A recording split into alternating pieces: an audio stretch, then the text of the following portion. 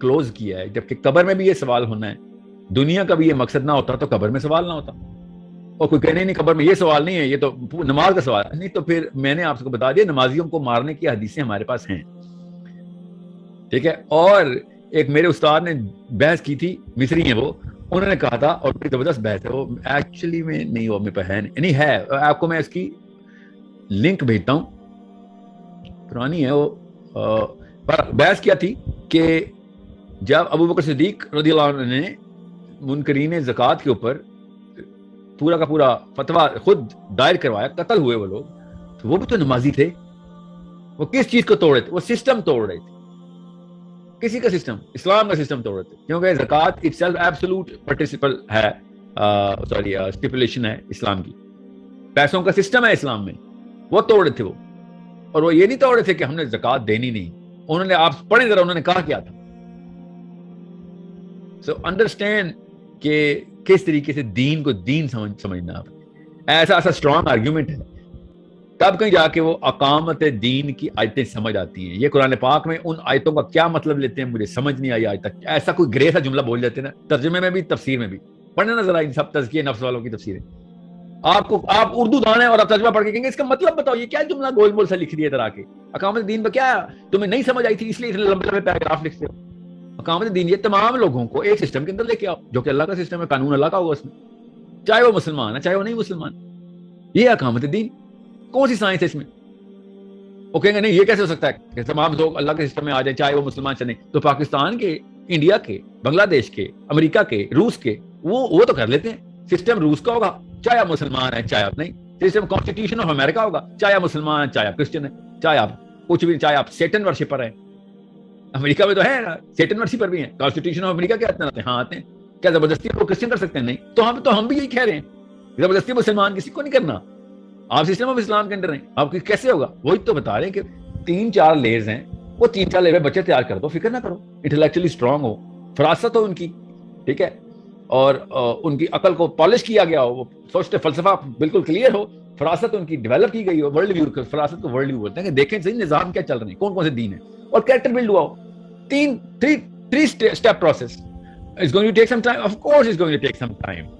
But if we don't start now, then it's going to take more than a lifetime. تو اگلی نسل تک بات چلی جانی ہے. اور اگر if I don't start in my early teens, late teens, تو پھر اس سے بھی اگلی نسل تک بات چلی جانی ہے. اگر constant effort منظم کافی جاری کی تب کہیں جا کے کسی ایک جگہ پہ بھی یہ تنظیم ٹوٹ گئی کاوش کی تو 2 نسلیں اور ایڈ کر لیں. تو 2 کیا 3 نسلیں ایڈ کرنی پڑیں گی, کیونکہ ایول تو چھٹی نہیں, شیطان ابلیس تو چھٹی نہیں کرتا نا, یہ تو ہم چھٹی پہ ہوتے ہیں. چھٹی تو مسلمانوں نے کی ہوئی ہے, آف ڈیز تو مسلمان لیتے ہیں, اور کوئی دین آف ڈے نہیں لیتا. مسلمانوں نے ویکینڈ آف کیے ہوئے ہیں, آلٹرنیٹ ویک ڈیز بھی آف کیے ہوئے ہیں, ٹھیک ہے بس. So it's a very well articulated thought process that you have کہ قبر کو کیوں نہیں ریورس انجینئر کر رہے ہم. Amazing, I love this. I think this is how people should think, this is how every should think کہ آپ دینو کا کے سوال کے اوپر, ربو کا کے سوال کے اوپر تو سمجھ آ رہتی ہے, زیادہ تر کو نہیں آتی, مگر چلیں کوئی راکٹ سائنس نہیں بنتی. دینو کا پہ تو سمپل ترین, پاکستان کے لیے کیا کام کر رہے تھے عام بندہ بتا سکتے ہیں. ہاں امریکہ کے لیے کیا کام کر رہے تھے, how much of a activist you were to better the system as a citizen. ہاں ہمیں ملک کے لیول پہ سمجھ آ رہی ہے, تو اسلام کے لیول پہ کیوں نہیں سمجھ آ سکتی؟ سوچیں تو صحیح, دنیا کا کوئی اور ملک کا کانسٹیٹیوشن تو نہیں ہے جو اکیلے گھر میں بیٹھ کے میں امپروو کر سکوں. You need to understand, you need to pay taxes, come out of the house, pay taxes to strengthen the system that you're a part of. باقی کے سسٹم پہ آپ کو بڑی سائنس سمجھ آ رہی ہے, جہاں پہ آپ کو یہ والی سائنس اچانک راکٹ سائنس بن جاتی ہے آپ کی اسلام پہ آ کے. بھائی مال بھی لگانا پڑے گا, جان بھی لگانی پڑے گی, خون بھی لگانا پڑے گا, پسینہ بھی, ورنہ تو آپ اسلام میں داخل ہی نہیں ہوئے. اسپیکٹیٹرز کے لیے اسلام نہیں ہے. Okay, so it's such a beautiful way of looking at Islam through the qabr, through the grave. قبر کے تھرو دیکھیں آپ, ٹھیک ہے.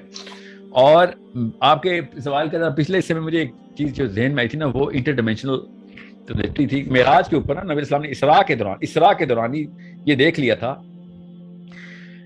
کہ حضرت موسیٰ علیہ السلام اپنی قبر میں نماز پڑھے. وہ جس طریقے سے قبر کو دیکھنا آپ نے, اس کا بہت ہی خوبصورت اینگل مل جاتا ہے. اوکے, سو کیوں؟ کیونکہ حضرت موسیٰ بھی چھٹے آسمان میں ملنا ہے انہوں نے، ابھی یاد رکھیے گا، اوکے، ابھی چھٹے آسمان پہ وہی موسیٰ علیہ السلام کو ملنا ہے. نبی اسلام نے بتایا کہ مجھے اس پہاڑ کا پتہ ہے، میں نے دیکھ لیا ہے کہ پہاڑ کے کون سی جگہ کے اوپر حضرت موسیٰ علیہ السلام کی قبر ہے.